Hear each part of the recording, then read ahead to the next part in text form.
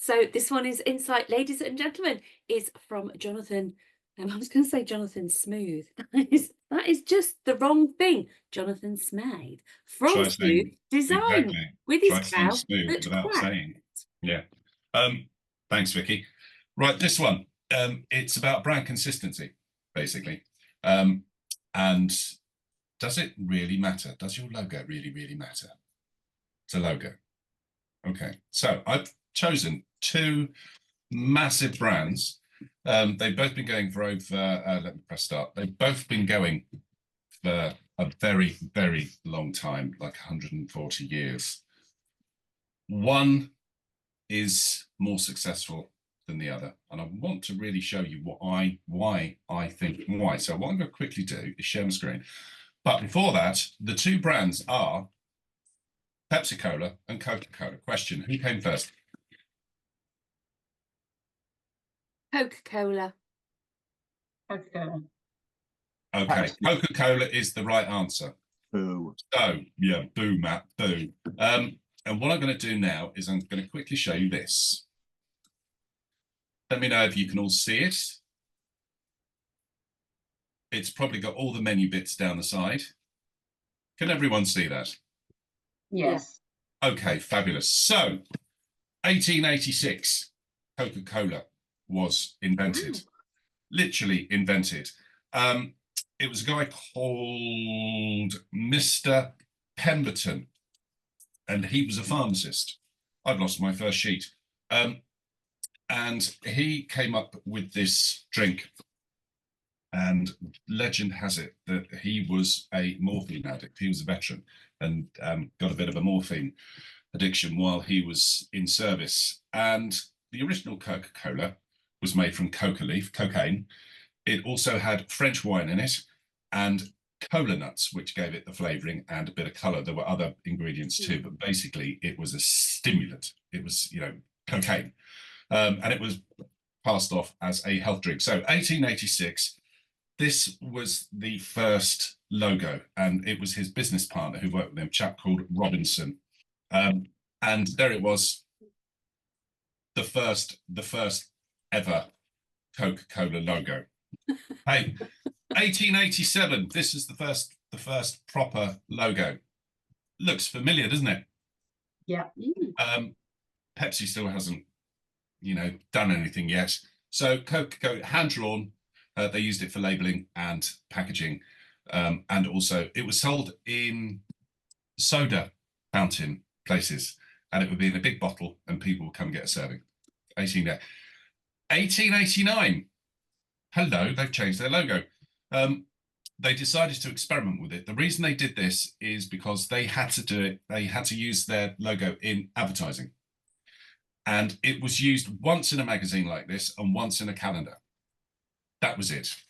They didn't use it on any of their packaging or anything like that. And then 1891, they reverted back to the original logo, but added some color, put it in a box. Again, looks kind of familiar. Aha, hello, what's happened in 1893? Well, Coca-Cola have, again, just ever so slightly tweaked their logo. 1893, this would have been this is very good for 4N, get to giggle, Brad's drink. This was another chap, and he was about 400 miles away in North Carolina, or it was Atlanta, Georgia. He was another pharmacist, saw what Coca-Cola was doing and thought, you know what, I'll have a go at that. But what he did was, his drink was supposedly a digestive aid. Dyspepsia, Pepsi, Pepsi Cola. And again, he did that thing where we will give it a name, give it a brand. And this was their first kind of proper logo when it came from Brad's drink to this. This was 1898, Pepsi Cola, hand-drawn, Coca-Cola, Pepsi Cola. You can see what's going on here.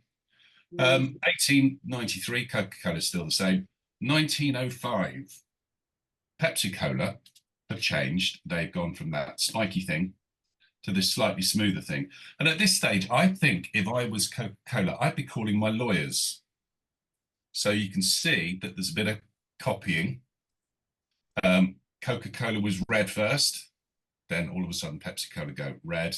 1906, again, it's getting a bit crazy. So 1893, Coca-Cola still as they were.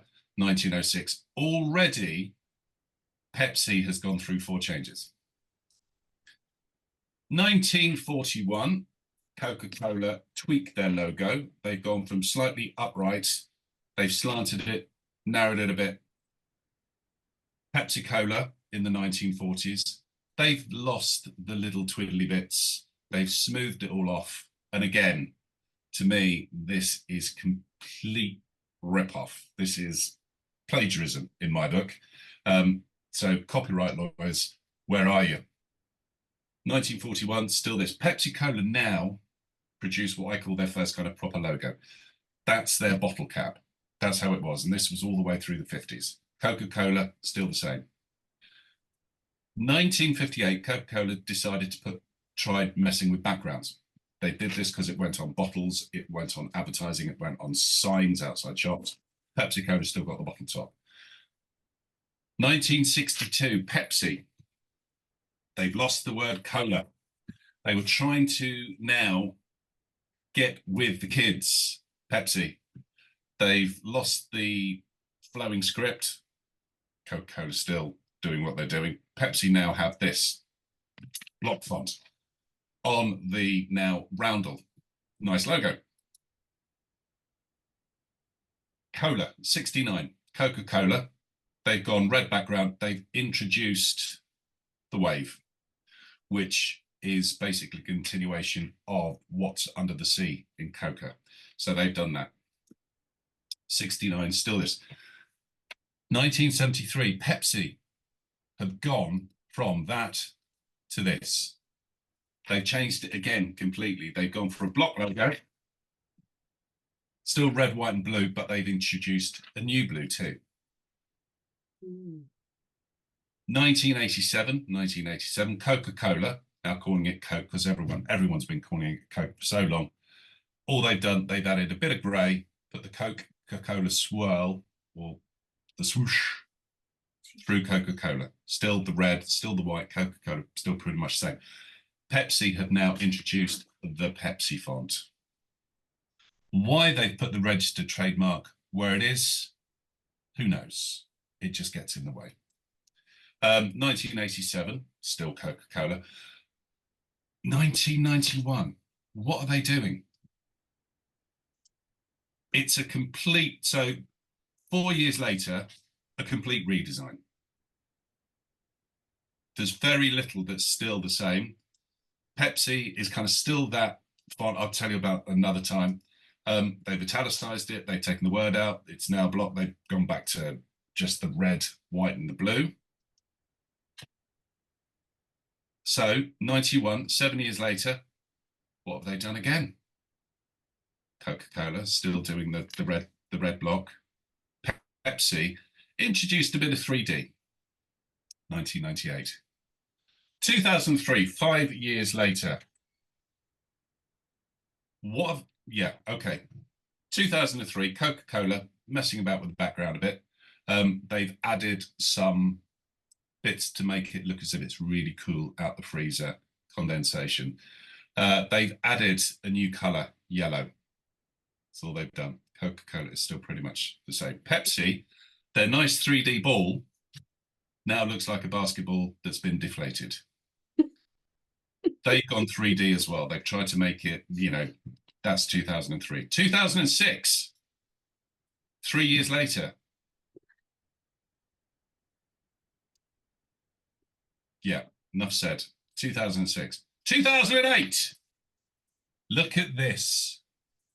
What a load of old clean word codswallop has this been. So what have they done?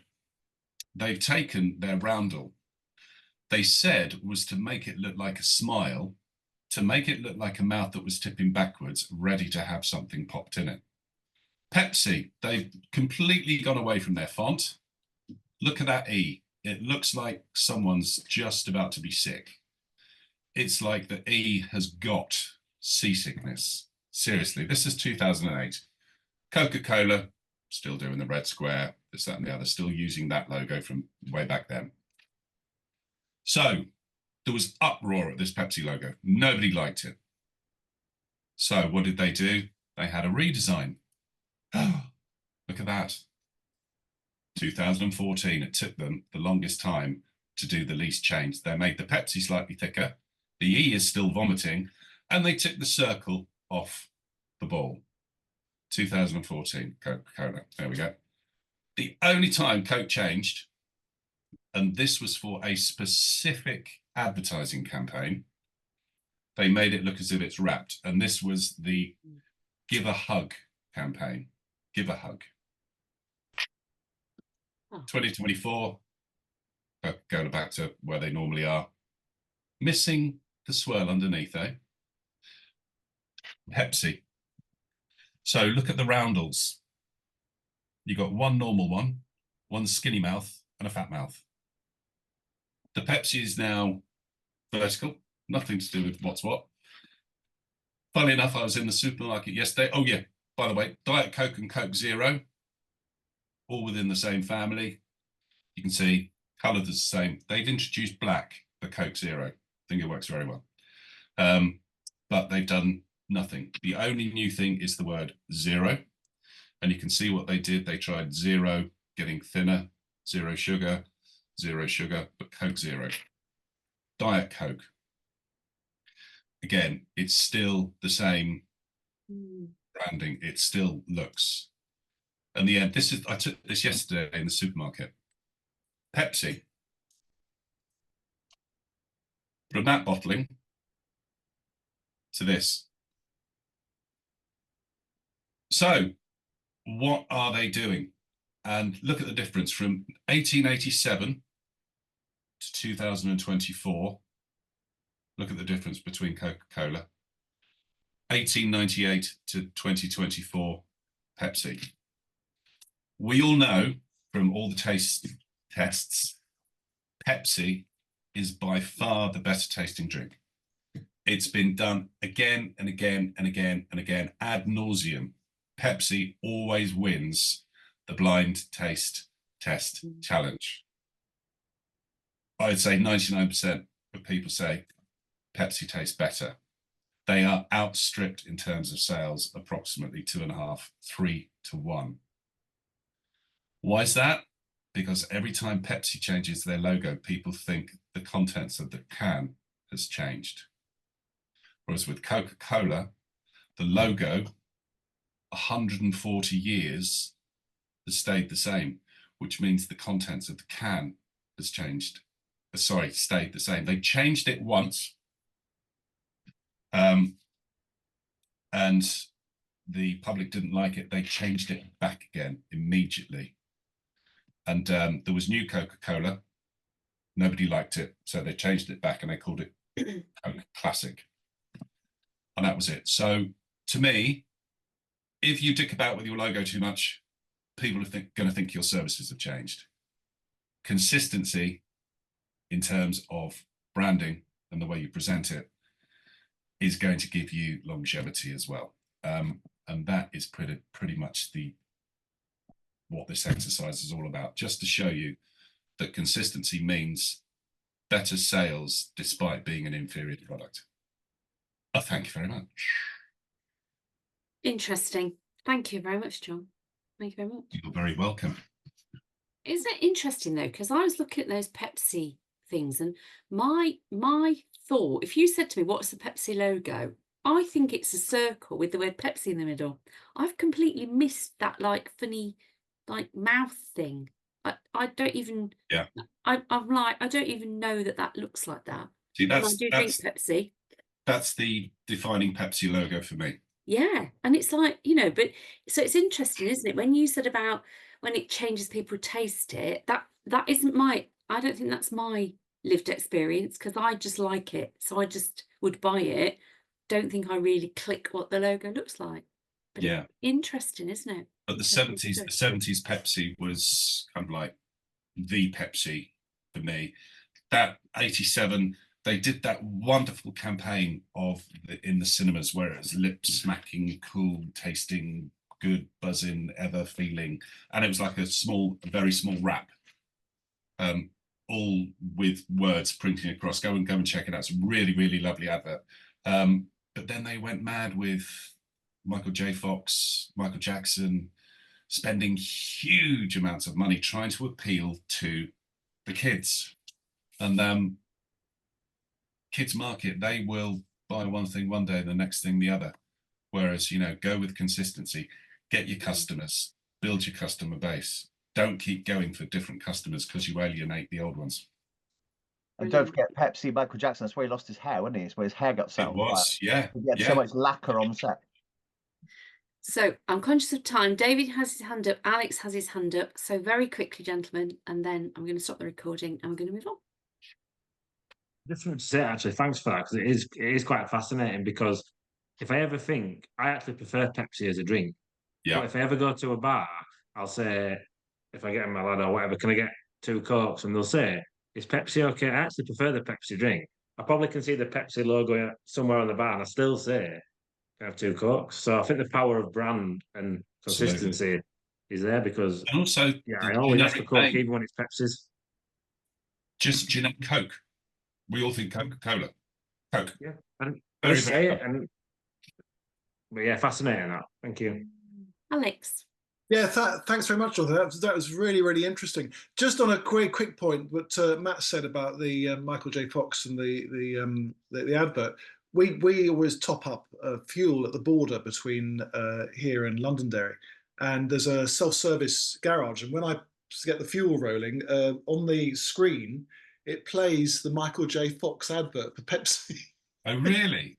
I was thinking, what is the relevant? I mean, it's really poor quality, like one of those poor quality VHS recorder or Betamax or something like that. I don't know. It's more scratchy in the middle, but it's unmistakably Michael J. Fox. And I was thinking, Jesus, why are they still playing this? Brilliant. Anyway, that was just a little point there. So thanks very much. Brilliant. John, thank you very much. I'm going to stop the recording.